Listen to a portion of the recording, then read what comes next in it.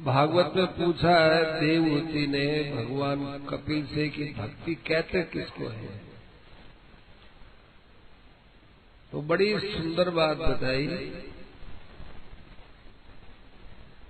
कपिल भगवान ने कहा कि जो हमको सबसे पहले दुख में याद आता है वो उसमें हमारी भक्ति समझनी चाहिए। किसी को हम अपना मान के याद करें तो पहले किसको याद करते हैं, इतना स्पष्ट वहां नहीं आया है, पर ये अपने लोगों की समझने की बात है। सबसे पहले हम किसको याद करते हैं? यदि परिवार में किसी व्यक्ति को याद करते हैं तो वो उसमें हमारी भक्ति है। धन को याद करते हैं तो धन में हमारी भक्ति है। संत को याद करते हैं तो उसमें भक्ति है, और भगवान को याद करते हैं तो भगवान में भक्ति है। स्वाभाविक उठते ही सबसे पहले क्या याद आता है? हमारे चित्त में हरदम क्या ही क्या बातें रहती हैं।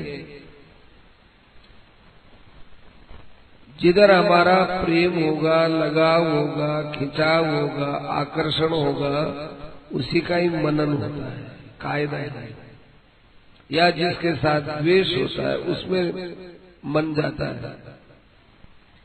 मन रूपी रेलगाड़ी के लिए दो चैले हैं, एक राग और एक द्वेष। जहां तक राग और द्वेष है वहां पर मन की गाड़ी चलती है। जहां राग नहीं, द्वेष नहीं, वहां मन नहीं जाता। बड़ा अच्छा भवन है, खूब साफ सफाई अच्छा है, आप हम सभी काम में लेते हैं, पर यूं ही सत्संग से निकले याद ही नहीं आता। और अपना घर इतनी सुविधा देने वाला नहीं, इतना महंगा भी नहीं, इतना आरामदायक नहीं, वो यहां बैठे याद आता है। कारण कि उसमें राग है। ऐसे संत महापुरुष अपने अंदर हरदम भगवान की स्मृति रखते क्या स्वतः ही होती है, क्योंकि वे भगवान को याद करते हैं, भगवान को अपना मानते हैं कि मेरा खास कौन है? भगवान है। बस वह भक्ति होगी। और प्रतिपल में भगवान उस भक्त को भक्ति देते ही रहते हैं। उन भक्तों की महिमा में आज सुदामा जी का प्रसंग बताया जाएगा। सुदामा जी थे, ये पिछले जन्म में शतानंद नाम के एक ब्राह्मण थे। रामायण में शतानंद जी आता है, वो नहीं, दूसरे ही नाम तो एक कईयों के हो सकते हैं। शतानंद नाम के एक ब्राह्मण थे, बहुत गरीब थे, बहुत गरीब, और उन्होंने धन के लिए भगवान का पूजन किया, व्रत किया, सत्यनारायण भगवान का खूब अनुष्ठान किया। अब सत्यनारायण हो, लक्ष्मी नारायण हो, राधे श्याम हो, सीताराम हो, गौरी शंकर हो, मिला के तो एक ही है। हम लोगों की बुद्धियां अलग अलग हैं, इसलिए अलग अलग नाम है। वास्तव में तो हम लोगों की भाषा से भी अलग लिखते हैं, एक ही। जल लाओ, पानी लाओ, वाटर लाओ, आप लाओ, एक ही चीज आएगी। सत्यनारायण भगवान की खूब पूजा करते थे, पैसा मिल जाए। भगवान ने देखा कि बेचारा भगत है, ये भक्ति तो बहुत करता है पैसे को लेने के लिए, धन की प्राप्ति के लिए, पर जब तक मन में कामना रहती है और लोभ रहता है तब तक इसको धन का सुख नहीं मिलेगा, चाहे कितना ही सुख, कितना ही धन मिल जाए। धन की अंदर से कामना निकले और धन का लोभ निकले, तब देखो धन का कितना सुख मिलता है। धन का सुख लोभ है, वो ढक देता है, कामना है वो ढक देती है। ऐसे ही परिवार के लोगों का भी सुख बड़ा विचित्र मिलता है। पिता का सुख है, माँ का सुख है, भाई का सुख है, प्रत्येक परिवार के एक एक सदस्य का बड़ा सुख होता है, परंतु स्वार्थ के कारण से वो सुख दब जाता है। स्वार्थ होने से पिता का सुख क्या है जान नहीं पाते, माता का सुख क्या है जान नहीं पाते, पिता का सुख क्या है पहचान नहीं पाते, भाई का सुख नहीं पहचान पाते, बहन का सुख क्या है नहीं पहचान पाते, पुत्र का सुख क्या है नहीं पहचान पाते। स्वार्थ के कारण हर एक चीज के अंदर कुछ न कुछ हमारी विकृतियां हैं जिनसे उसका वास्तविक ज्ञान नहीं होता। भगवान ने देखा बेचारा शतानंद पूजन तो हमारी करता है खूब, लेकिन अंदर से लोभ वृत्ति नहीं गई, क्या करे। अब इसको धन दे देंगे तो और दुख पाएगा, भगवान ने धन दिया नहीं। वही अगले जन्म में सुदामा बना। सुदामा जी थे, इसलिए भागवत में लिखा है कृष्ण स्यासी सखा कश्चित, कोई एक कृष्ण का मित्र था, कोई एक से उसका थोड़ा पिछले जन्म का संकेत का आभास मिलता है। तो सुदामा जी बेचारे अपने घर में रहते थे और उनके पास आटा एक सेर का भी नहीं। ब्राह्मण होता है उसको एक साल की खाद्य सामग्री यदि हो तो अपरिग्रह नहीं माना जाता। एक साल की खाद्य सामग्री घर में रखे ब्राह्मण तो वो परिग्रह नहीं माना जाएगा, अपरिग्रह ही माना जाएगा। परंतु सुदामा के यहाँ एक साल का क्या एक सेर आटा नहीं उनके पास, और मन में बड़ी निष्कामता, किसी से कोई याचना नहीं करना। 4 वृत्ति होती है ब्राह्मण की, याचना वृत्ति से निर्वाह करता हो ब्राह्मण दोष नहीं है। यायावर वृत्ति बोलते हैं, घरों में घूम घूम करके वृत्ति अपना निर्वाह करे, दोष नहीं है, शास्त्र की आज्ञा है। यायावर वृत्ति है, शिलोंसन वृत्ति है, वार्ता वृत्ति है, शालीन वृत्ति है। शालीन वृत्ति वो होती है घर में बैठे अपने आप को दे गया उससे काम करे, शालीन वृत्ति। शालीन वृत्ति को बहुत ऊंचा मानते थे सुदामा जी। दे दिया नहीं है तो नहीं सही। कई दिन से कोई भगत आया नहीं, किसी ने कुछ दिया नहीं, तो पत्नी ने कहा कि आप कृष्ण के पास जाओ। मना कर दिया, नहीं जाएगा।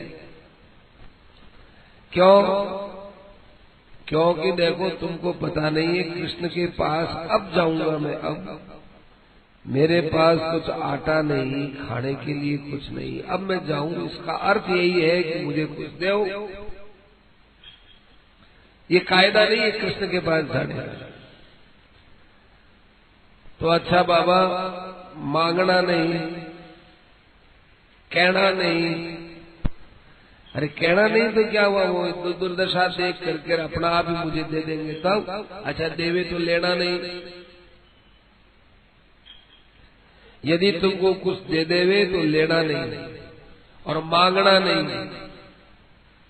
अब क्या फिर क्यों जाऊं? दर्शन कर आओ, आपके पुराने मित्र हैं, दर्शन कर आओ। क्या अच्छी बात है, चले जाएंगे, दर्शन करने के लिए चले जाएंगे।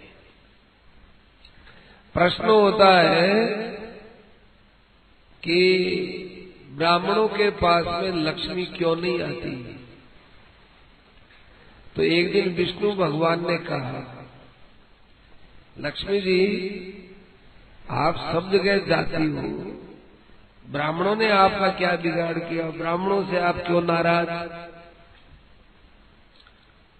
लक्ष्मी जी ने कहा कि वो हम जाने और ब्राह्मण जाने, आप इसमें मत बोलो कि नहीं, कुछ तो हमको भी तो दया आती है ब्राह्मणों पर, हम भी पूछे तुमसे कारण क्या है। तो लक्ष्मी जी ने कहा कि ब्राह्मणों ने मेरे बाप को दुख दिया। तुम्हारे बाप को किया? कौन? ये सागर है, ये मेरा बाप है। हाँ, सागर बाप। अगस्त ऋषि ने सागर को पी लिया।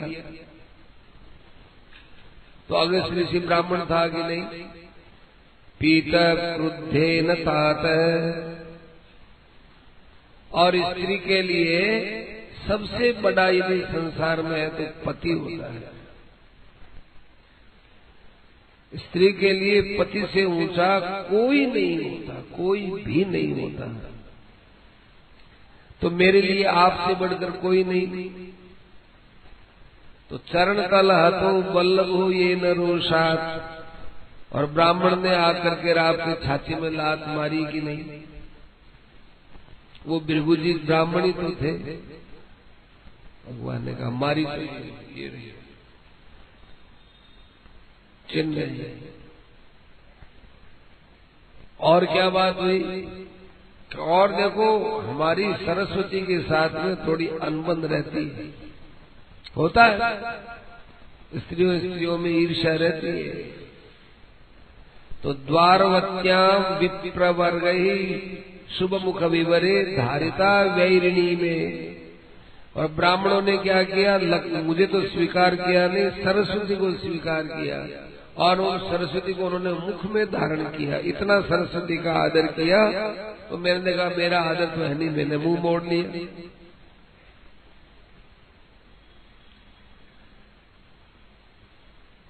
और क्या नुकसान किया? और नुकसान मेरा ये क्या, गेहम में छेदयंत है, मैं बिल्व पत्र में रहती हूँ। और ब्राह्मण लोग क्या करते हैं कि बिल्व पत्र के अंदर छेद करते हैं, उसका छेदन करते हैं, बिल्व पत्र में छेदन करते हैं। और कहते क्या है? उमाकांत पूजा निमित्तम। हम शंकर जी की पूजा करते हैं, शंकर जी की पूजा करते हैं। तो बिल्व पत्र का छेदन करके और शंकर जी की पूजा करते हैं। मेरा तो निवास स्थान बिगाड़ दिया ना। तस्मात् छिन्ना सदा द्विज प्रति निलयम नाथ नित्यम तजामी। इसलिए हे नाथ, मैंने ब्राह्मणों को हाथ जोड़ दिया, ब्राह्मणों के पास में रहना पसंद नहीं करती। तो इस कारण से तो दरिद्र रहते थे। अब प्रश्न होता है कि सुदामा जी को ये कैसे, सुदामा की पत्नी को कैसे पता चला कि सुदामा और कृष्ण दोनों मित्र हैं? मित्रता की क्या बात? कि मित्रता की बात तो यह है कि पति और पत्नी में बातें तो होती रहती है, मैं ऐसा था और मैं ऐसा था और मैं ऐसा था। तो सुदामा जी के मुंह पे तो हरदम कृष्ण की कथा रहती थी। वो कहते देखो कृष्ण मेरे मित्र हैं, हम साथ में रहते थे, करते थे। तो ये बात ठीक है, लेकिन जाने की प्रेरणा कैसे दी? सुदामा जी की पत्नी का नाम था सुशीला। सुशीला ही थी और सुशीला नाम भी था, दोनों ही बातें थी। बहुत शीलवती थी और वैसे भी वो सुशीला और नाम भी सुशीला। तो जाने के लिए कैसे कह दिया? क्योंकि कृष्ण के पास जाने की भावना तो सुदामा के अंदर आनी चाहिए। उसने कैसे कह दिया कि आप जाओ? तो ये भगवान ने प्रेरणा दी। ये भगवान ने प्रेरणा कैसे दी? सुनना हो ध्यान से, नहीं सुनी हुई बातें आती हैं इसमें। भक्तमाल की कथाओं में ऐसी ऐसी कथाएं हैं कि अपन लोगों ने सुनी नहीं वो कथा आती है। भगवान ने याद किया, अरे सुदामा नहीं आया। सुदामा इतना निष्काम है, इतना गरीब है, वो मेरे पास आने में संकोच करता है कि ठाकुर जी दे देंगे। वो तो इसलिए नहीं आता है, मैं इसलिए नहीं जाता हूं कि मैं जाऊं और संकोच में पड़ जाएगा, और क्या करूं, मैं उससे मिलना चाहता हूं। बड़ी याद आई ठाकुर जी, बहुत याद आई, बेचैन रहने लगे। महल में यूं घूमे करे। रुक्मणी जी ने कहा क्या हुआ, कोई भगत याद आ रहा है क्या, बेचैन क्यों हो, जाओ, किसी से मिलना है तो जाओ। कहा कि जा भी नहीं सकता, तो बुला लो, तो बुला भी नहीं सकता। जा भी नहीं सकते, बुला भी नहीं सकते, ऐसा कोई भगत है क्या आपका? ऐसा भगत है। कहते कहते भगवान के आंखों में आंसू आ गए। रुक्मणी जी ने कहा कि आपके आंखों में आंसू आ गए तो ये मत करके आप जा ही आओगे, जा नहीं सकते। क्यों?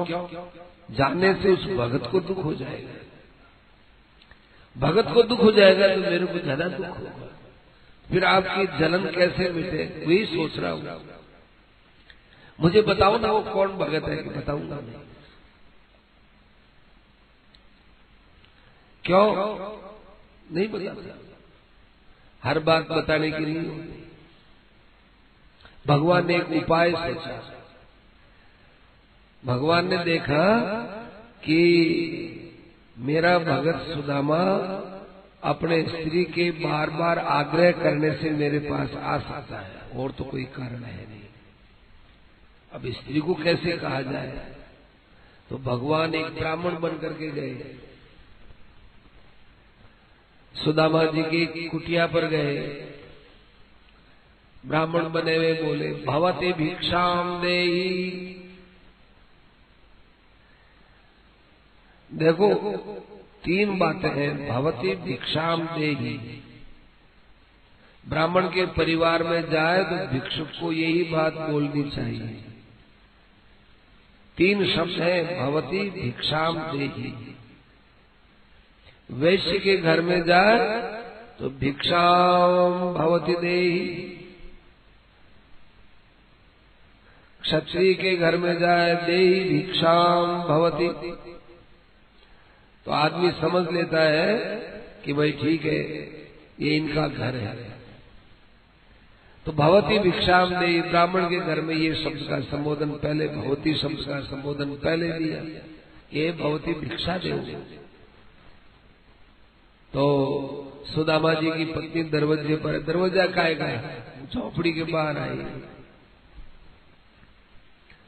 फड़सा तक आएगी कि भिक्षा दो। तो सुशीला जी ने कहा कि मेरे तो यहां सूतक हो गया, इसलिए भिक्षा दे नहीं सकती। सुआ और सूतक में भिक्षा नहीं होती। सुआ कोई घर में पैदा हो जाए, सूतक कोई मर जाए। तो उन्होंने कहा कि सूतक मेरे सुआ हो गया है, सुआ।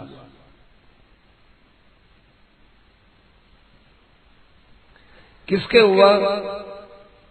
हमारे घर में हुआ, सुआ हो गया। कितने दिन से हुआ? कि जन्मी तब से हुआ। मैं जन्मी तब से सुआ हुआ है, और कब तक समाप्त हो जाएगा ये पता नहीं, कब तक समाप्त होगा। सुआ तो हो गया मेरे, इसलिए भिक्षा कैसे दूं? तो कहा कि देखो सुआ तो 10 दिन में जब नाम लिख दिया जाता है तो मिट जाता है। ऐसा मेरा सुआ तो ऐसा है, वो तो जीवन भर का ही लग गया।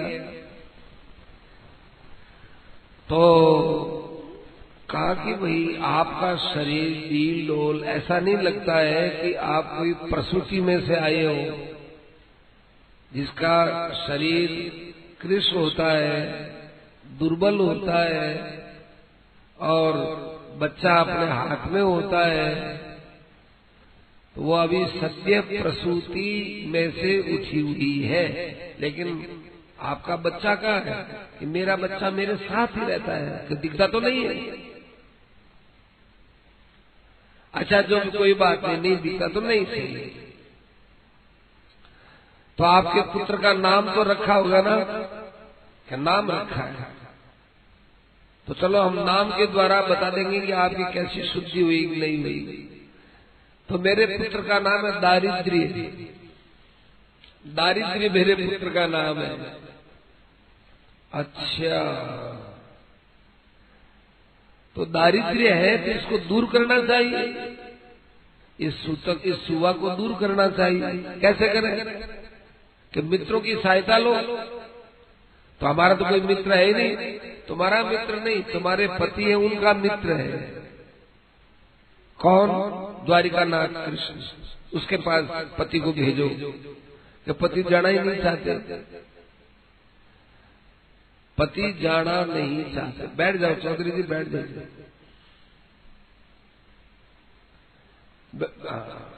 बैठ जाओ।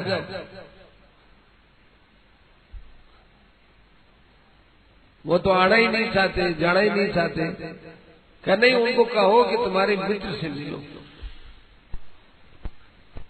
हम बोलते हैं ना, जाओ कह दे, तो अच्छी बात। तुमको पता है कि नहीं, तुम्हारे पति और कृष्ण द्वारिकानाथ दोनों साथ साथ खेलते थे, साथ साथ पढ़ते थे। तो उनके पास जाओगे तो ऐसी दरिद्रता दूर, वो दारिद्र्य को दूर करेंगे, ऐसा दारिद्र्य दूर करेंगे कि तुम्हारे जन्म जन्मांतर में कभी आगे दरिद्रता आएगी नहीं। तो ठीक है। सुशीला ने कहा कि आप मांगना नहीं जाओ। सुदामा जी ने कहा कि इतने दिन तक तुमने नहीं कहा जाने के लिए, आज कैसे कहा? कृष्ण के पास जाने के लिए आज तुम्हारे मन में क्यों आई? बार बार तुम मुझे क्यों कहती हो कि कृष्ण के पास जाओ? बिना मांगे मांगे आप मांगना नहीं और वो देवे तो लेना नहीं, और फिर भी कृष्ण के पास जाओ। ये भाव तेरे अंदर कैसे पैदा हो गया कि आपकी कृपा से? बताइए नहीं कि एक ब्राह्मण ने कहा कि अच्छी बात, तो वो रवाना हो गए। इधर कवि लिखते हैं, हे करता रोतास कहो कबहू जनि दीजिए काहू को टोटो। एक कवि ने कहा है भगवान से कि महाराज, कृष्ण का और सुदामा का मिलन कब कैसे क्या हुआ? लोग कहते हैं कृष्ण और सुदामा स्कूल में मिले थे, ऐसी बात नहीं है। उस स्कूल में, पाठशाला में, उज्जैनी में सुदामा जी पहले दाखिल हो गए थे, पहले प्रवेश ले लिया था। तब तक भगवान कृष्ण उस स्कूल में गए ही नहीं।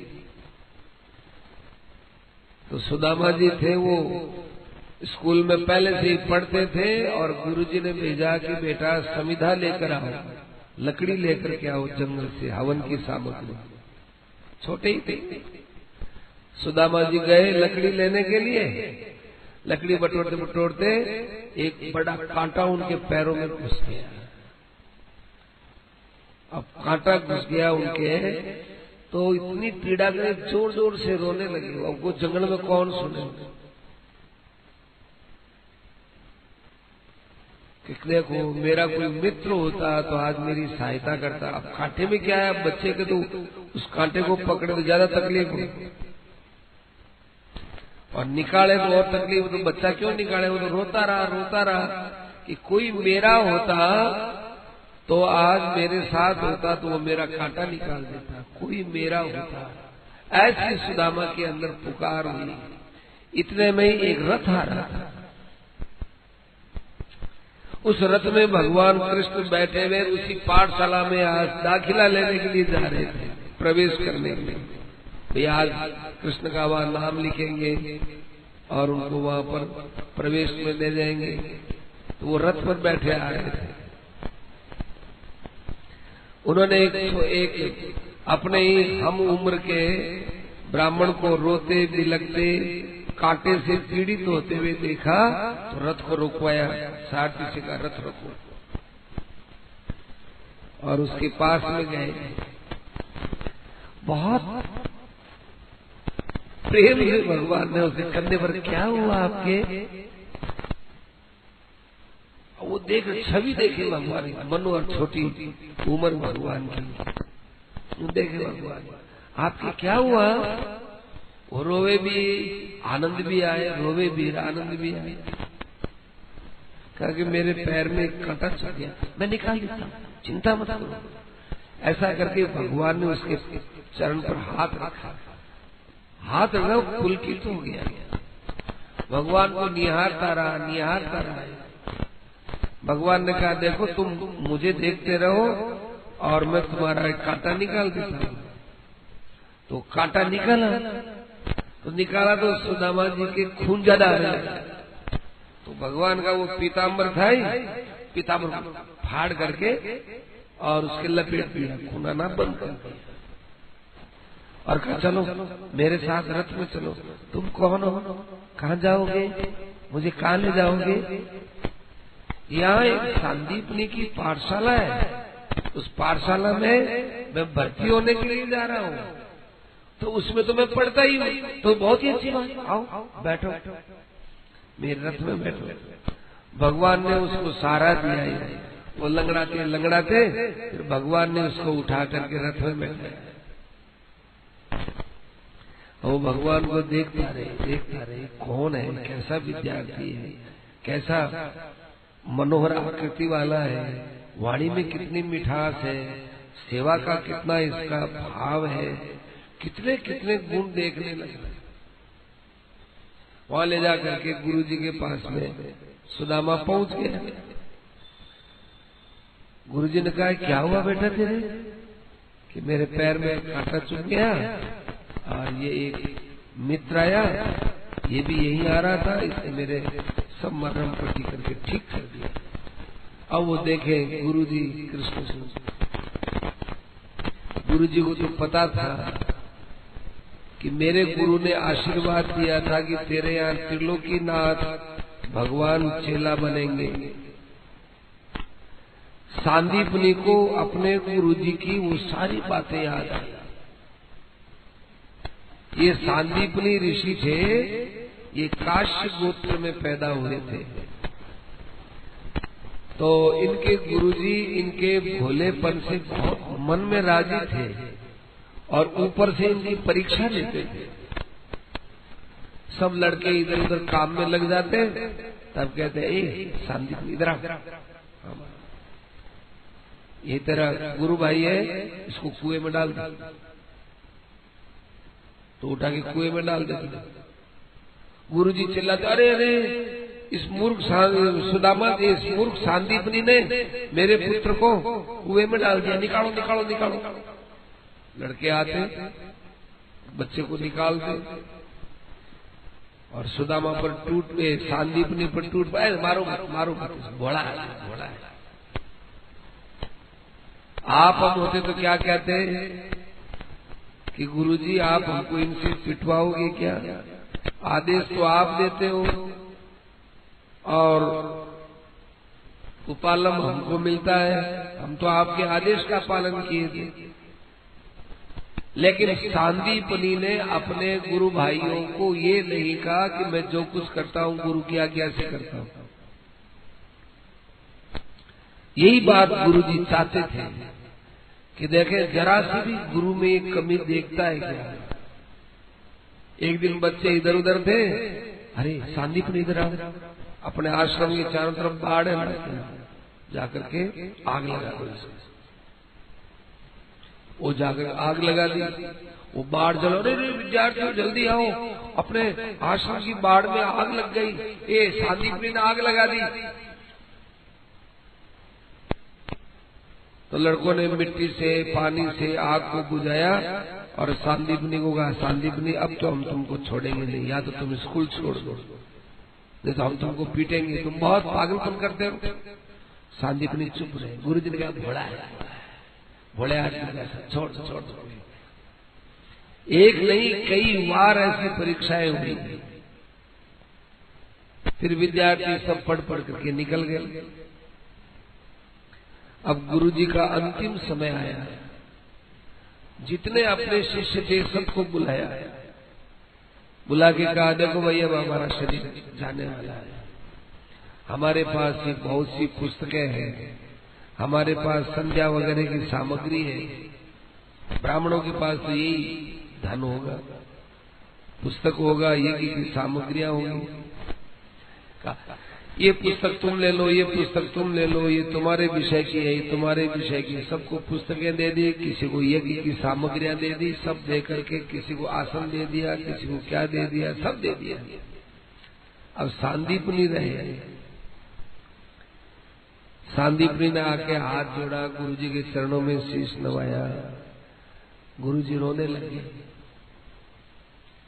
कि बेटा मैं तेरे को कुछ दे नहीं सकता हूँ, जो भी कोई वस्तु दूंगा वो स्थूल वस्तु होगी, तेरे को मैं एक आशीर्वाद देता हूँ, मैं हृदय से आशीर्वाद देता हूँ कि त्रिलोकीनाथ भगवान तेरा शिष्य होगा और उसके द्वारा तेरा खूब नाम हो जाएगा। सांदीपनी ने मन में विचार किया कि मेरे पास तो कोई इतनी पढ़ाई भी नहीं, विद्या भी नहीं, इसलिए सांदीपनी की पाठशाला चलाते थे उज्जैनी में, सबसे कमजोर पाठशाला थी उनकी, क्योंकि सांदीपनी बहुत कमजोर विद्यार्थी थे। अब कमजोर विद्यार्थी यदि पढ़ाएगा तो कमजोरी की विद्या ही पढ़ाएगा, पर गुरु का आशीर्वाद देखते, गुरु का आशीर्वाद तो भगवान भी उसी में गए, वो आशीर्वाद याद आ गया, भगवान की केवल मुख छवि देख करके त्रिलोकीनाथ भगवान यही हो सकते हैं। दाखिला कर दिया, प्रवेश हो गया। वहां पर एक नियम था, नियम ये था कि जो कोई विद्यार्थी पाठ को याद नहीं करेगा उसको जंगल में जाकर समिधा लाना पड़ेगा, लकड़ियां लानी पड़ेगी। तो एक दिन सुदामा जी पाठ याद नहीं किए तो वो जंगल में उनको समिधा लाने भेज दिया। पीछे से भगवान रोने लगे, आज मेरा प्रिय मित्र यहाँ नहीं है, मेरा प्रिय मित्र यहाँ नहीं है, जंगल में गया है, कितना समय लगेगा, बहुत रोते हुए। बाद में विचार किया कि जिस दिन सुदामा पाठ याद नहीं करे उस दिन को पाठ को मैं भी कह दूंगा मुझे भी याद नहीं, ताकि मुझे भी साथ में भेज देंगे भगवान। भगवान ने विचार किया। तो पहले बार तो भगवान ने जैसे रो धो करके अपना समय निकाल लिया। दूसरी बार में जब बारी आई तो सुदामा जी को पाठ याद नहीं था, तो जाओ। फिर कृष्ण से पूछा कि तुमको पाठ याद है? भगवान को तो क्या याद क्या नहीं याद, सब कुछ याद ही था कि मेरे को भी याद नहीं, तो तुम भी जाओ समिधा ले। अब भगवान खुश हो गए, बड़ा अच्छा हुआ, हम दोनों साथ साथ जाएंगे। खूब उछलते कूदते गए, लेकिन भगवान को बहुत आनंद आया। जब जब सुदामा बोले कि हमको याद नहीं, तब तब ऐसा ही करेंगे। एक दिन गुरु माता ने देखा, सांदीपनी की पत्नी ने देखा कि दोनों बच्चे समिधा खूब लाते हैं, बड़े अच्छे हैं, खूब अच्छा सेवा भाव रहता है, मित्र भाव रहता है। जंगल में जाते हैं बेचारे, इनको भूख लगती होगी। माताओं बहनों का तो ध्यान ज्यादा भोजन पर रहता है, तो उन्होंने चने दे दिए कि देखो सूर्य चढ़ जाए, भूख लग गया है, तो ये चने हैं, तुम चने खा लेना। तो सुदामा जी ने अपने कपड़े में दोनों का हिस्सा चना था वो बांध लिया, चलने लगे। सूर्य चढ़ गए, खूब गर्मी पड़ने लगी। अब सुदामा जी गट गट गट गट एक एक चना खाते लगे, भूख लगी तब। अब दोनों का हिस्सा था। आधा चना खाने के बाद भगवान ने पूछा कि सुदामा जी तुम क्या खा रहे हो? तो सुदामा जी ने कहा खा नहीं रहा हूं, सर्दी पड़ रही है ना तो मेरे दांत ऐसे बोल रहे, दांत कर बोल रहे। क्या ठीक है? फिर थोड़ी देर बाद में भगवान ने कहा कि भाई अब मेरे को भी भूख लगी है, अपन दोनों को चने दिए थे, मेरा हिस्सा है वो मुझे दो। सुदामा जी ने कहा क्या करूं, मुझे भूख लगी, मैं सारा खा गया। यानी सुदामा जी आप मेरे मित्र होकर आपके मन में ये भावना क्यों नहीं आई कि दूसरे का हिस्सा लेना अपराध है? माताजी ने तो दोनों का हिस्सा दिया था, तुमको मेरा हिस्सा मेरे से बिना पूछे लेने का क्या अधिकार था? ये गलती तुमसे मेरे मित्र होकर के गलती कैसे हो गई? कहा कि कृष्ण जोर से भूख लगी थी। यही तो बात है, चाहे हमारी कितनी भी आवश्यकता हो, लेकिन हक तो नहीं था ना। अपनी आवश्यकताओं को अपने हक के अंतर्गत ही पूरा करो। मेरे हक से तुमने कैसे लिया? और फिर जब मैंने पूछा तुमने कहा कि नहीं मेरे तो सर्दी से दांत कड़कड़ाते हैं। सुदामा जी ने कहा कृष्ण आज तो मेरे से ऐसी भूल हो गई, आज मैं जीवन भर में किसी का हक नहीं दूंगा। बहुत अच्छी बात, भगवान ने कहा बहुत अच्छी बात। तो इस प्रकार से भगवान कृष्ण और सुदामा जी दोनों जो है वहां विद्याध्ययन किए। विद्याध्ययन के बाद इधर जब वो अपने घर में रहने लगे, भगवान का विवाह हो गया, सब हो गया, और पत्नी ने जब भेजा कि आप जो है वहां जाओ, तो वहां भगवान देवे तो लेना नहीं, मांगना नहीं, ये सब बातें पहले ही हो गई। तो कहा अच्छी बात है, हम जाते हैं। अब द्वारिकापुरी के लिए रवाना तो हुए, लेकिन एक बहुत बड़ी समुद्र जैसी खाई थी, खूब पानी भरा हुआ। पानी भरा हुआ था। भगवान ने देखा ये सुदामा मेरे यहाँ कैसे आएगा। तो भगवान तो अनेक रूप बनने वाले, वही तो नाविक बन गए और वही नाव बन गए। वहां है कौन हो, कहाँ जाना है? या हमको ये पार होकर के हमको द्वारिका जाना है। द्वारिका क्यों जाना है? बस यही जाना है, द्वारिका के यहाँ जाना है। द्वारिका तो कौन जानता है तुमको? अब मुझे कौन जानता है ये वहां जाने पर ही पता चलेगा। अच्छा तुम किसी को जानते हो? मैं जानता तो हूं। किसको जानते हो? वहां द्वारिका का जो राजा है। अरे बात करता है ये, तेरे पेट में तो खाने को कुछ भी नहीं, और वहां जाकर के तू क्या मैं द्वारिका नाथ को जानता हूं। मेरे नौका में बैठेगा तो शुल्क लगेगा, कुछ न कुछ पैसा लगेगा। बोल तेरे पास क्या है? उसने कहा मेरे पास जो चीज है वो तुम्हें देने लायक नहीं है। अच्छा ठीक है बैठ जा, पार कर देता हूँ फिर बात करूंगा। पार बैठ गए, पार किया कि लाओ पैसा, लाओ कि पैसा तो है नहीं। तुम्हारे पास क्या है? जो है सो दो। तो मेरे पास जो है वो तुम ले नहीं सकते, तुम्हारा लेना अच्छा भी नहीं। ना ना ऐसी क्या बात है, मैं मेरी आजीविका चलाता हूँ और जो तुम दोगे उसी से आजीविका चलती है। जो भी कोई नाविक देता है नहीं नहीं नहीं, देखो आप ऐसा मत करो, इतना हट मत करो, मेरे पास कुछ नहीं है, जो भी है सो देना पड़ेगा, कुछ तो है ही। तो सुदामा जी ने कह दिया मेरे पास दरिद्रता है, दारिद्र्य है, लोगे क्या? तो दारिद्र्य दे दो। भगवान तो दरिद्रता लेने के लिए आए थे, चलो अपनी दरिद्रता दे दो। कि दरिद्रता ले लोगे तुम्हारी आजीविका कैसे चलेगी? मेरा काम तो लेने का है। मेरा काम लेने का होता है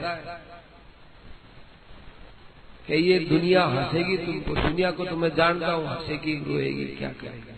ये दुनिया ऐसी है कि मुझे क्या हंसे, भगवान शंकर को हंसती है, पार्वती जी को हंसती है, गणेश जी को हंसती है। दुनिया को मैं कहां तक प्रसन्न करूंगा, मैं तो मेरी प्रसन्नता देखता हूं कि शंकर जी को भी हंसती है कि हाँ दुनिया की परवाह मत करना ब्राह्मण, ये सबको हंसती है कि शंकर जी को हंसती है, पार्वती जी को हंसती है, जगत जननी है वो जगत पिता है, और गणेश जी साक्षात भगवान है, उनको कैसे हंसते हैं। तो देखो तुमको कथा बताऊं, एक दिन बैल था, उस बैल के ऊपर गणेश को बैठा दिया और भगवान शंकर और पार्वती पैदल जा रहे थे। लोगों ने कहा कि देखो अपने बेटे में ऐसा मोह होता है, ये शंकर और पार्वती भी अपने बेटे का मोह नहीं छोड़ सकते, और शास्त्र कहते हैं कि तुम लोग मोह छोड़ो, हम काहे के मोह छोड़े, शंकर पार्वती का मोह देखो, इतना हृष्ट पुष्ट इनके पास में बैल अपने बेटे को बैठाएंगे, खुद नहीं बैठेंगे, मोह है ना। अरे बच्चा है तो हंसता खेलता कूदता है, ऐसी दिन भर में कितना ही चल सकता है, ये थकता है क्या चलने फिरने दौड़ने में, नहीं मोह है, इसको तो ऊपर बैठाएंगे, खुद दुख पाएंगे। हाय रे मोह, बड़ों बड़ों को तूने नहीं छोड़ा। पार्वती ने कहा हमारा दुनिया अपनी बदनामी करती है तो क्या करें, क्या क्या आप बैठ जाओ। भगवान शंकर ने कहा कि ठीक है मैं बैठ जाता हूँ। भगवान शंकर बैठ गए, उतार दिया बच्चे को। अरे शंकर जी को शर्म नहीं आती है, स्त्री पैदल चलती है, खुद ऊपर बैठे हुए हैं, ये तो अच्छा नहीं किया। स्त्री पैदल चले, स्त्री अबला होती है, पुरुष जितना बल थोड़ी होता है स्त्री में। तो भगवान शंकर कहा अच्छा भाई मेरे को तो दुनिया बोलती है तुम चढ़ जाओ। फिर पार्वती जी को बैठा दिया, बाप बेटे पैदल चलने लगे। देखा ये है स्त्री का मोह, स्त्री सुख से रहे चाहे खुद दुख पाले, ऐसे करके फिर कहा अपन तीनों ही चढ़ जाओ। तीनों चढ़े देखो बापड़ा बड़क ने मारे है तीनों, यानी आई शर्म को नहीं हमें एक बल्ब में तीन तीन चढ़िया हो। तब फिर बाद में भगवान शंकर ने कहा भैया अपने आराम से चलो, ये दुनिया तो यूं ही कहेगी। नाविक की ये बात सुन करके सुदामा जी सोचे कि नाविक नाव चलाता है और इतनी ऊंची बातें करता है, क्या बात है। तो अच्छा ठीक है भाई हम हमारे द्वारिका जाते हैं, चले जाए। अब चले चले चले तो एक वृक्ष आया, वृक्ष के नीचे सो गए सुदामा जी। सुदामा जी सो गए तो भगवान ने देखा अब क्या करें, जल्दी से जल्दी इसको बुलावे। तो कोई तो कहते हैं गरुड़ जी को भेजा भगवान ने, गरुड़ जी आप जाओ और चुपचाप उसको उठा करके ले आना। तो गरुड़ जी गए और अपने पीठ पर चुपचाप सोते हुए को ला करके और सीधा भगवान के महल के पास बगीचा था, उस बगीचे के अंदर बड़े सुंदर रमणीक स्थान पर उनको सुला दिया और आराम से नींद ली। जगह ऐसी सुरम्य, वायु की सुगंध, शीतल मंद सुगंध और शीतल, ये तीन वायु अच्छी होती है। तेज चले तो भी अच्छी नहीं, मंद मंद और सुवासित अच्छी सुगंध आए उसमें। अब भगवान के यहाँ इतने बड़े बड़े वृक्ष, फूल, फल और फूलों की सुगंध बैठ आए। सुगंध फिर कार्य में सुगंध लेने थोड़ी आए। वहां मालीगणों से पूछा कि भाई हमको तो यहाँ द्वारिकाधीश के महल में जाना है। अरे उनके महल का ही तो बगीचा है।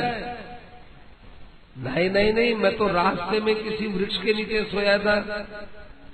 रास्ते के अंदर सोए होंगे, ये तो कृष्ण का ही बगीचा है, उनके महल का ही बगीचा है। तो भाई अब मैं महल में कैसे जाऊं? वो रास्ता है, उससे जाकर के कहीं चले जाओ। चले आए, खूब आनंद से वहां पर गए। अब जो ही सुदामा जी को देखा तो भगवान अपना सिंहासन छोड़ करके आए।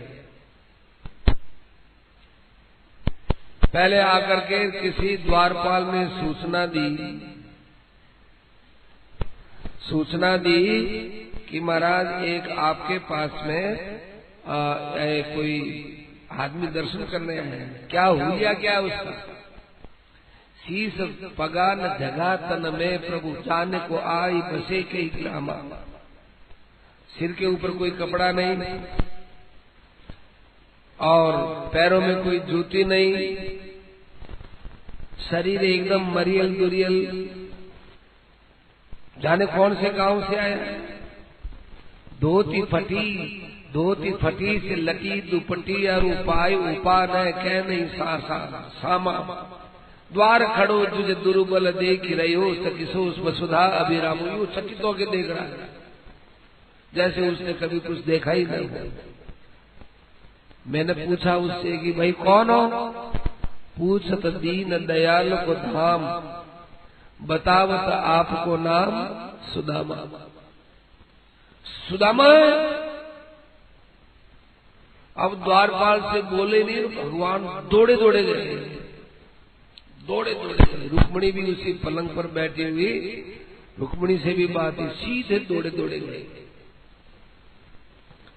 जाकर के भगवान उससे जोर से चिपट जाते हैं, गले लगते हैं सुदामा जी से। सुदामा जी से गले लगते, सुदामा को छोड़ते ही नहीं है। सुदामा और कृष्ण दोनों एक जैसे हो गए। अब एक हो गए तो भगवान को विचार आया कि अरे सुदामा का शरीर थोड़ा दुर्बल है, कहीं मैं प्रेम से इसको यूं दबा रहा हूं तो इसके कहीं तकलीफ न हो जाए।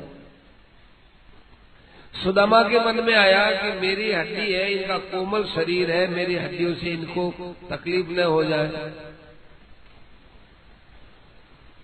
तो जाकर के दोनों ने ये भाव आए ना, तो एक हो गए थे, वो एक होकर दो हो गए। पर ये भी क्या, एक दूसरे के सुख के लिए। भगवान के हृदय में सदा भक्त का सुख रहता है और भक्त के हृदय में सदा भगवान का सुख रहता है कि भाई मुझे तो बड़ा आनंद मिला इनका आलिंगन मिलने से, परंतु मेरी सूखी हड्डियों से इनको तकलीफ हो जाएगी। फिर बड़े प्रेम से लाकर के वहां उनको विराजमान किया और भगवान ने सारी पत्नियों को बोल दिया कि लाओ भाई घड़ा लेकर के आओ। सब घड़े लेकर के आई, 16,108 रानी आई। कि इतनी घड़े लेकर के क्या करोगे कृष्ण? कि तुम्हारा अभिषेक करेंगे। इतने अभिषेक से, ठंडे पानी से मेरा तो प्राण निकल जाएगा। तो महाराज आपका तो अभिषेक सब करना चाहिए। ऐसा ब्राह्मण कभी यहाँ आया नहीं जिसके लिए दौड़ करके मैं गया हूँ, जिसके लिए मैंने अपनी रानी को भी छोड़ा हो। ये सब रानियों में इसी बात का आश्चर्य है कि हमारे यहाँ ऐसा कोई ब्राह्मण नहीं आया। अच्छी बात।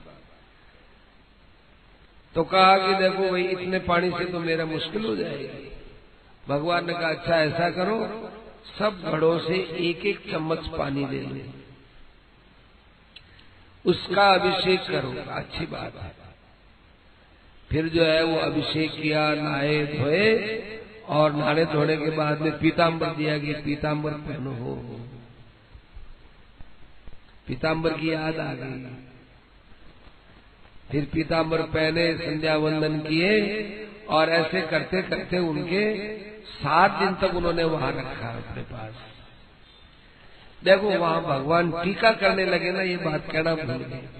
नहाए धोने के बाद टीका करें तो ब्राह्मण के देखो टीका इतना कर दिया ठीक है, लेकिन भगवान क्या करते हैं, यूं टीका करते हैं, फिर यूं करते हैं, फिर यूं करते हैं। सुदामा जी समझे नहीं कि एक बार यूं कर दिया हो गया, भगवान यूं बार बार कर रहे हैं, बार बार ऐसा क्यों कर रहे हैं, अब क्यों कर रहे हैं, कौन कहे, कौन पूछे उनसे। तो भक्तमालकार कहते हैं कि इसलिए करते हैं कि यहाँ ये बार बार कर रहे, तुम्हारे भाग्य में अब कहीं पर भी दरिद्रता हो, उस सारी दरिद्रता को मैं आज मिटा देता हूँ, उस सारी दरिद्रता को मिटाने के लिए किया सुदामा जी के लिए। कुछ नहीं दिया, कुछ नहीं लिया। अब रात भर भी दोनों साथ साथ ही सोए, भगवान के खूब दर्शन होते रहे, और 7 दिन रहने के बाद जब रवाना हुए, कुछ दिया नहीं। क्यों नहीं दिया, भगवान देखते क्या दे। देखो वहां पर एक बातचीत और हुई, भगवान ने कहा कि तुम्हारा विवाह हो गया क्या, हो गया, पर यार तुमने हमको नहीं बुलाया, हम तुम्हारे मित्र हैं बचपन के, शादी में तुमने हमको नहीं बुलाया। सुदामा जी ने कहा देखो मैं तो गरीब आदमी, तुम्हारे यहाँ में यदि मैं तुमको बुलाता तो क्या पता तुम ये सोचते कि गरीब है, मेरे से कुछ सहायता के लिए बुला रहा होगा, इसलिए याद तो किया लेकिन बुलाया नहीं। लेकिन तुम्हारे तो 16,108 विवाह हुआ, एक विवाह में नहीं बुलाया, मेरे को तो कम से कम बुलाना, एक विवाह में तो बुलाते। मैं तो एक विवाह किया, मैं भूल भी गया, गरीब था, मेरे पास कुछ था नहीं तुम्हारे स्वागत के लिए। तुम्हारे तो 16,108 विवाह हुआ, कम से कम एक विवाह में तो मुझे बुला लेते। गाने का सुदामा जी तुम्हारे उत्तर से बहुत संतुष्ट हुआ। यही मित्रों का लक्षण होता है, जो दिल खोल करके आपस में बात करते हैं। सूर्य क्या होता है, अपना हृदय उसको दे देना और उसका हृदय अपने में ले लेना, यही तो दोस्ती होती है। दिखने में 2 होते हैं और होने में 1 होते हैं। तुमने बहुत अच्छा जवाब दिया। अब आप सब जानते ही हैं, विदा हो गए, उधर महल बन गए, वहां पर रहने लगे। वहां जाते ही उन्होंने पहचाना नहीं, खूब रोए धोए सुदामा जी कि ये क्या कर दिया, मेरे आफत पैदा कर दी, दरिद्रता हमारे लिए बड़ी अच्छी थी, यदि देते भी हो तो आप हमको अपने चरणों की भक्ति देते या कोई साधु संतों का समागम देते। ऐसे करके उन्होंने किया। फिर एक दिन कहा कि देखो तुम फिर मेरे यहाँ आओ एक बार। तो सुदामा जी एक बार भगवान के पास गए। भगवान के पास गए तो भगवान ने खूब अच्छी तरह से उनका स्वागत किया। सुदामा जी ने कहा कि कहीं घूमने चले, चलो। अब द्वारिका के पास में समुद्र, नौका में बैठ गए दोनों थे। सुदामा जी ने कहा कि कृष्ण, लोग कहते हैं आपकी माया बड़ी विचित्र है, माया ऐसी है, माया वैसी है, ये माया क्या चीज होती है, बड़ी प्रबल है आपकी माया। तो मैं भी आपकी माया सुनना चाहता हूँ, माया देखना चाहता हूँ। भगवान ने कहा कि देखो मेरी माया को देखना नहीं चाहिए, मेरी माया को स्वीकार नहीं करना चाहिए, मेरी माया को तो समझ करके और उससे अपना मन हटा लेना चाहिए। सो तो ठीक है, लेकिन वो माया देखना तो चाहता हूं, कैसी है माया, देखना चाहता हूं।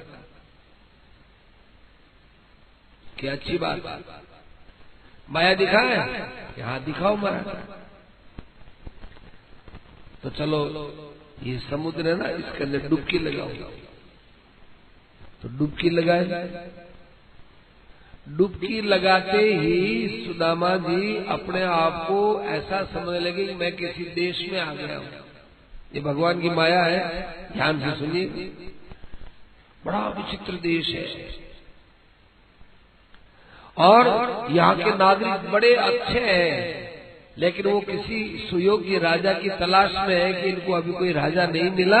उनको सुदामा जी मिले, सुदामा को राजा बना दिया। सुदामा जी राजा हो गए, वहां पर आराम से रहने लगे। बहुत सुंदर कन्या, बड़ी रूपवती कन्या, उसके साथ में सुदामा का विवाह हो गया। खूब परिवार बढ़ गया उनका, बाल बच्चे वगैरह, और अपार संपत्ति, धन, खूब आनंद से रहने लगे। इतने में उनकी पत्नी मर गई। पत्नी मर गई तो उस वहां ये रिवाज था कि जहां पत्नी मरती हो तो पति को भी साथ में जला दो। तो सुदामा जी ने कहा मैं तो जड़ना नहीं चाहता हूं। नहीं, जड़ना आपके चाहने के ऊपर थोड़ी निर्भर है। आपकी पत्नी मर गई, आपको साथ में जलना पड़ेगा। वो बहुत घबराए, अरे भैया मैं नहीं। वो पकड़ पकड़ करके, चिता थी बहुत जोर से, उसमें धक्का देने लगे। इतने में वो तालाब, ये सागर में से ऊपर उठे। भगवान ने उनको ऊपर उठा लिया। अरे कृष्ण, तुमने बड़ा अच्छा किया, अभी मेरे को लोग जला देते। क्यों? वो सारी बात सुनाई। तब भगवान ने कहा सुदामा जी, कैसी ये मेरी माया है। इस माया के अंदर कितने कितने लोग उलझ जाते हैं। तुमको दुख हुआ ना कि जाने महाराज क्या माया फैली, कि ये माया ऐसी समझनी चाहिए। तुम अकेले थे, तुम्हारे अंदर से ही स्त्री, तुम्हारे अंदर से ही बाल बच्चे, तुम्हारे अंदर से ही राज्य, तुम्हारे अंदर से ही राजा होना, तुम्हारे अंदर से ही उसका मरना, तुम्हारे अंदर से उसमें तुमको जलने के लिए फेंकना, ये सब बातें तुम्हारे अंदर से पैदा हुई ना। बस ये जो मेरे को छोड़ करके मनुष्य के हृदय में जितनी कल्पनाएं होती हैं वो सब माया होती है। उससे सावधान रह करके मेरा भजन करना चाहिए। तब सुदामा जी ने कहा महाराज, अब मेरा शेष जीवन आपके भजन में ही लगेगा। बस यही है कि मेरे को बराबर सत्संग मिलता रहे। सत्संग, संतों के संग के बिना ये हमारा आपके प्रति भक्ति भाव नहीं बन सकता। ऐसी सुदामा जी की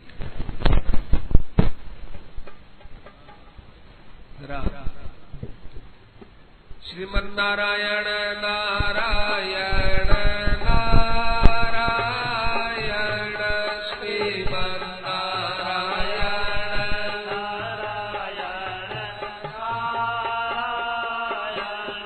श्रीमन्नारायण नारायण नारायण